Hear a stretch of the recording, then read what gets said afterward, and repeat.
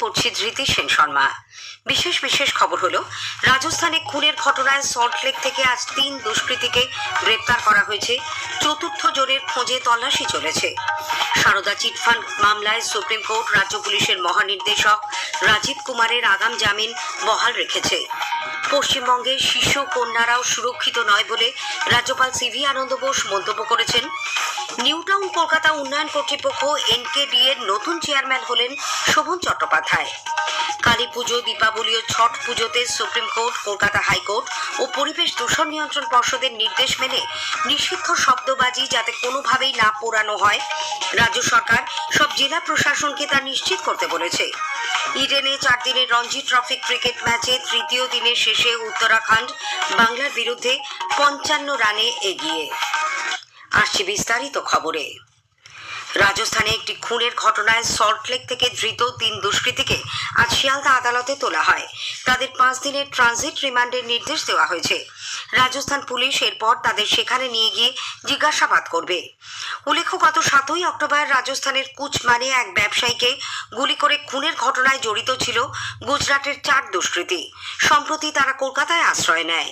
লালবাজারের গুন্ডা দমন শাখার নির্দিষ্ট খবরের ভিত্তিতে অভিযান চালিয়ে 2 জনকে ফুলবাগান থেকে আটক করে। আরেক অভিযুক্ত বিধাননগর সাউথ থানা এলাকার পূর্বাচল হাউজিং এস্টেটে গা ঢাকা দেয়। সেখানে স্থানীয়দের হাতে ধরা পড়ে সে। চতুর্থ জনের খোঁজে তল্লাশি চলেছে। সারদা চিটফান্ড মামলায় সুপ্রিম কোর্ট রাজ্য পুলিশের মহানির্দেশক রাজীব কুমারের আগাম জামিন বহাল রাখার নির্দেশ দিয়েছে। প্রধান বিচারপতি বি.আর. গাভাই জানিয়েছেন, কলকাতা হাইকোর্ট রাজীব কুমারকে যে আগাম জামিনের নির্দেশ দিয়েছিল তা বহাল থাকছে। তবে তার বিরুদ্ধে সিবিআই এর আদালত অবমাননার অভিযোগ নিয়ে শুনানি গ্রহণ করবে শীর্ষ আদালত। 8 সপ্তাহ পরে হবে এই শুনানি। আজ মামলা চলাকালীন সলিসিটর জেনারেল তুষার মেহতা আদালতে জানান, সারদা চিটফান্ড মামলায় রাজীব কুমারকে জিজ্ঞাসাবাদের জন্য সিবিআই অফিসারদের গ্রেপ্তার হতে হয়েছিল। পাশাপাশি কেন্দ্রীয় তদন্ত ব্যুরোর উচ্চপদস্থ আধিকারিকরা হেনস্থারও সম্মুখীন হন। অন্যদিকে রাজীব কুমারের পক্ষে আইনজীবী অভিষেক মনু সিংভি এই অভিযোগ সত্য নয় বলে দাবি করেন। পশ্চিমবঙ্গের শিশু কন্যারাও সুরক্ষিত নয় বলে রাজ্যপাল সিভি আনন্দ বোস মন্তব্য করেছেন। তিনি আজ রাজভবনে এক বই প্রকাশ অনুষ্ঠানে বলেন, এ রাজ্যের আইন শৃঙ্খলা পরিস্থিতি ভালো নয়। দুর্গাপুরের ঘটনায় অকুস্থল পরিদর্শন ও নির্যাতিতা ও তার পরিবারের সঙ্গে কথা বলে তার এই উপলব্ধি হয়েছে বলে রাজ্যপাল উল্লেখ করেন। রাষ্ট্রপতি দ্রৌপদী মুর্মুর কাছে পাঠানো রিপোর্টে তিনি তার মতামত জানিয়েছে বলেও রাজ্যপাল জানিয়েছেন। পুরুলিয়ার দেবেন মাহাতো মেডিকেল কলেজ হাসপাতালের ইন্টার্ন চিকিৎসকেরা অবশেষে কাজে যোগ দিতে সম্মত হলেন। জেলা প্রশাসন ও স্বাস্থ্যকর্তারা সমস্যা সমাধানের জন্য আজ সকাল থেকে দফায় দফায় বৈঠক করেন। মেডিকেল কলেজের এমএসভিপি সুকোমল বিষয় বলেন, ক্যাম্পাসের সদর হাসপাতাল হাতুয়ারায় মূল মেডিকেল কলেজে নিয়ে আসার উদ্যোগ নিতে বলা হয়েছে। এছাড়া যে রাস্তা দিয়ে যেতে হয় সেখানে পর্যাপ্ত আলো এবং মেডিকেল কলেজে জলের ব্যবস্থা করার আশ্বাস মিলেছে। তারপর থেকেই কর্মবিরতি তুলে নেওয়ার কথা জানিয়েছেন ইন্টার্নরা। উল্লেখ্য, দুর্গাপুরের সাম্প্রতিক ঘটনার পর পুরুলিয়াতেও নিরাপত্তার দাবিতে গত 5 দিন কাজ বন্ধ রাখেন ইন্টার্নরা। দেশের অর্থনীতিকে শক্তিশালী করতে বিজেপি স্বদেশী সবার ঘরে স্বদেশী অন্তরে এই কর্মসূচি চালু করেছে। কলকাতায় কর্মসূচির আহ্বায়ক ও সাংসদ জগন্নাথ সরকার আজ সাংবাদিকদের জানিয়েছেন, দেশের প্রকৃত উন্নয়নে আত্মনির্ভরতা অত্যন্ত জরুরি এবং দেশকে সারা বিশ্বে শ্রেষ্ঠ করে তুলতে স্বদেশী পণ্যের ব্যবহারই একমাত্র পথ। শ্রী সরকার জানান, 100 দিনের এই কর্মসূচিতে দলের কর্মীরা প্রতিটি বাড়িতে গিয়ে স্বদেশী পণ্য ব্যবহারের বিষয়ে প্রচার চালাবে। দলীয় সাংসদ খগেন মুর্মুর ওপর হামলার প্রতিবাদে বর্ধমানে বিজেপির বিক্ষোভ ও জেলা শাসকের কাছে ডেপুটেশন কর্মসূচিকে ঘিরে আজ উত্তেজনা ছড়ায়। বর্ধমান স্টেশন থেকে দলের কর্মী সমর্থকেরা মিছিল করে কার্জন গেট চত্বরে যান। মিছিলে উপস্থিত ছিলেন দলের রাজ্যসভার সাংসদ হর্ষবর্ধন শ্রীংলা, প্রাক্তন রাজ্য সভাপতি রাহুল সিনহা, বর্ধমান সাংগঠনিক জেলা সভাপতি অভিজিৎ তা প্রমুখ। জেলা শাসকের দপ্তরে যাওয়ার রাস্তা ব্যারিকেড দিয়ে ঘিরে রেখে দেয় পুলিশ।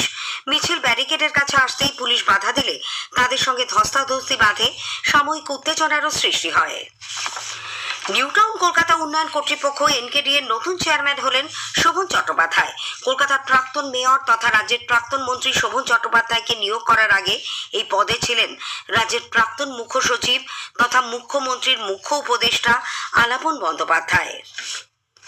ছোট গাড়ির জিএসটি হার কমার ফলে সারা দেশ থেকে বিক্রি বেশি হওয়ার খবর আসছে। সমীক্ষায় উঠে এসেছে উৎসবের মরশুমে দেশের অন্যতম অটোমোবাইল কোম্পানি মারুতি রেকর্ড সংখ্যক গাড়ি বুকিং ও বিক্রি করেছে। একটি প্রতিবেদন। উৎসবের মরশুমে পণ্য পরিষেবা করের হার পরিবর্তনের পর সারা দেশেই বেড়েছে ব্যবসা। সাধারণ মানুষ যেমন উপকৃত হয়েছেন, ঠিক তেমনি লাভের মুখ দেখেছে ছোট বড় বিভিন্ন ব্যবসায়ী। কলকাতার Maruti dealer One Auto finance manager Kinkar Mukherjee জানালেন, দুর্গাপুজোতেও ব্যবসা ভালো হয়েছে, দীপাবলির আগেও বুকিং বেড়েছে, যার অন্যতম কারণ জিএসটির হার হ্রাস বলেই তিনি মনে করেন। জিএসটি পরিবর্তনের পরে লাস্ট মান্থও আমাদের বুকিং এবং রিটেল মানে বিক্রি যেটাকে বলে সেটা ভালো হয়েছে, এবং এখনো এমাত্র যা দেখা যাচ্ছে বুকিং খুব ভালোই উঠছে এবং হোপফুলি রিটেলটাও খুব ভালো হবে। এটা মূল কেন্দ্রবিন্দুই হচ্ছে জিএসটি পরিবর্তন। কাশফিন নাহার, আকাশবাণী সংবাদ, কলকাতা। স্থানীয় সংবাদ শুনছেন আকাশবাণী কলকাতা কেন্দ্র থেকে। আসন্ন কালী পুজো, দীপাবলি ও ছট পুজোতে সুপ্রিম কোর্ট, কলকাতা হাইকোর্ট ও পরিবেশ দূষণ নিয়ন্ত্রণ পর্ষদের নির্দেশ মেনে নিষিদ্ধ শব্দবাজি যাতে কোনোভাবেই পোড়ানো না হয়, রাজ্য সরকার সব জেলা প্রশাসনকে তা সুনিশ্চিত করতে বলেছে। অমান্য করলে কড়া পদক্ষেপ নেওয়ার জন্য মুখ্যসচিব মনোজ পন্ত সব জেলা শাসক ও পুলিশ প্রশাসনকে নির্দেশ দিয়েছেন। কলকাতার বিভিন্ন আবাসন সহ নানান জায়গায় কড়া নজরদারি ও অগ্নিকাণ্ড প্রতিরোধে সব ধরনের ব্যবস্থা নিতেও বলা হয়েছে। এদিকে কলকাতা পুলিশ কালী পুজো, দীপাবলি ও ছট পুজোর দিনগুলিতে বাজি পোড়ানোর জন্য নির্দিষ্ট সময়সীমা বেঁধে দিয়েছে। সোমবার কালী পুজো, দীপাবলিতে রাত 8টা থেকে 10টা এবং ছট পুজোর দিন সন্ধ্যে 6টা থেকে রাত 8টা পর্যন্ত শুধুমাত্র পরিবেশ বান্ধব সবুজ বাজি পোড়ানো যাবে। অন্যদিকে কালী পুজো, আলোর উৎসব দীপাবলির জোরদার প্রস্তুতি চলেছে গোটা রাজ্যে। মুখ্যমন্ত্রী মমতা ব্যানার্জি আজ কলকাতার গিরিশ পার্ক সহ কয়েকটি পুজোর উদ্বোধন করেন। ইতিমধ্যেই আলোর মালায় সাজিয়ে তোলা হয়েছে শহরের বিভিন্ন এলাকা। দীপাবলির আগে ধনতেরাসকে কেন্দ্র করে সোনার দোকানগুলিও সেজে উঠেছে, দেওয়া হচ্ছে বিভিন্ন অফার। সমৃদ্ধির প্রতীক এই ধনতেরাস বা ধন ত্রয়োদশী পালিত হবে আগামীকাল। পরিবেশ সংগঠন সবুজ মঞ্চ যে কোনো ধরনের বাজির উৎপাদন, মজুত, বিক্রি ও ব্যবহার সম্পূর্ণ নিষিদ্ধ করার দাবি জানিয়েছে। কলকাতা প্রেস ক্লাবে আজ এক সাংবাদিক বৈঠকে সংগঠনের তরফে বলা হয়, সম্মতি দিলেও সুপ্রিম কোর্ট জানিয়েছে সবুজ বাজি নামে চিহ্নিতগুলি সাধারণ বাজির তুলনায় 30% কম দূষণ সৃষ্টি করে, অর্থাৎ সেগুলিও দূষণের ঊর্ধ্বে নয়। প্রশাসনিক সহযোগিতা না থাকলে পরিবেশ বাঁচাতে সাধারণ মানুষকেই এগিয়ে আসতে হবে। একটি প্রতিবেদন। পরিবেশ সংগঠন সবুজ মঞ্চ জানিয়েছে, সারা ভারতে সর্বত্র বাজিকে অতি বিপজ্জনক লাল শিল্প অথবা বিপজ্জনক কমলা শিল্প হিসেবে এগুলোকে চিহ্নিত করা হলেও পশ্চিমবঙ্গে দূষণ নিয়ন্ত্রণ পর্ষদ 2023-এর নভেম্বর থেকে বাজি কারখানাকে সাদা ক্যাটেগরিতে রেখেছে, যার ফল হিসেবে বিভিন্ন এলাকায় নিয়মের তোয়াক্কা না করে বাজি কারখানা গড়ে উঠছে এবং একের পর এক বিস্ফোরণ ও প্রাণহানির ঘটনা ঘটে চলেছে। এই পরিস্থিতিতে সংগঠনের সম্পাদক নব দত্ত উৎসবের মরশুমে সাধারণ মানুষের প্রতি বাজি না পুড়িয়ে উত্তরবঙ্গে দুর্যোগ কবলিত মানুষের পাশে দাঁড়ানোর আবেদন জানিয়েছেন। বাজির বিষয়টা দূষণ সৃষ্টি করছে, সেটাকে আপনারা বিবেচনার মধ্যে রেখে বাজিতে যে টাকাটা আপনারা খরচ করতেন সেটা আপনারা এই ত্রাণ সাহায্যের জন্য ব্যয় করুন। অভিজিৎ চক্রবর্তী, আকাশবাণী সংবাদ, কলকাতা। রাজ্য সরকার দুর্গাপুজোর আগে অতিবৃষ্টিতে বিদ্যুৎস্পৃষ্ট হয়ে এবং অন্যান্য কারণে মৃত 12 জনের পরিবারের হাতে সহায়তার টাকা তুলে দিয়েছে। মুখ্যমন্ত্রী মমতা ব্যানার্জি আজ কলকাতায় একটি কালী পুজোর মণ্ডপ থেকে প্রতিটি পরিবারের হাতে 2 লক্ষ টাকার চেক তুলে দেন। এছাড়া পরিবারের একজনকে হোমগার্ডে বিশেষ চাকরির নিয়োগপত্র দেওয়া হয়েছে। নেশামুক্ত ভারত গঠনের লক্ষ্যে লিকার ফ্রি ইন্ডিয়া মুভমেন্টের এক প্রতিনিধি দল সম্প্রতি নতুন দিল্লিতে রাষ্ট্রপতি দ্রৌপদী মুর্মুর সঙ্গে দেখা করে। দলে ছিলেন সংগঠনের পশ্চিমবঙ্গ শাখার প্রধান কল্যাণী পালুই। তিনি জানান, ভারতকে মাদক মুক্ত করতে সব রকম সাহায্যের প্রতিশ্রুতি দিয়েছেন রাষ্ট্রপতি। আমরা যে মেমোরান্ডামটা দিলাম, অল ইন্ডিয়া লিকার ফ্রি বলে একটা মুভমেন্ট চালাচ্ছি, যে তার প্রতিভাব এখনো আমাদের সামান্যতম প্রতিভাব পড়েছে, কিন্তু আমরা এটাকে বিস্তারিত ভাবে বন্ধ করার জন্য রাষ্ট্রপতির কাছে আর্জি। রাষ্ট্রপতি শুনে বিষয়টা খুব খুশি হলেন, যেটা দরকার।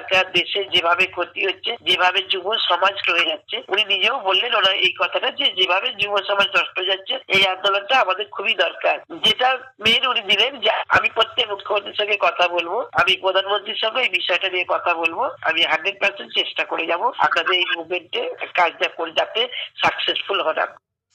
ইডেনে 4 দিনের রঞ্জি ট্রফি ক্রিকেটের ম্যাচে তৃতীয় দিনের শেষে উত্তরাখণ্ড বাংলার বিরুদ্ধে 55 রানে এগিয়ে তৃতীয় দিনে বাংলার প্রথম ইনিংস 323 রানে শেষ হয়। উত্তরাখণ্ড দ্বিতীয় ইনিংসে ব্যাট করতে নেমে দিনের শেষে 2 উইকেটে 165 রান করে। স্থানীয় সংবাদ শেষ হলো। পরের খবর 8টা 10-এ।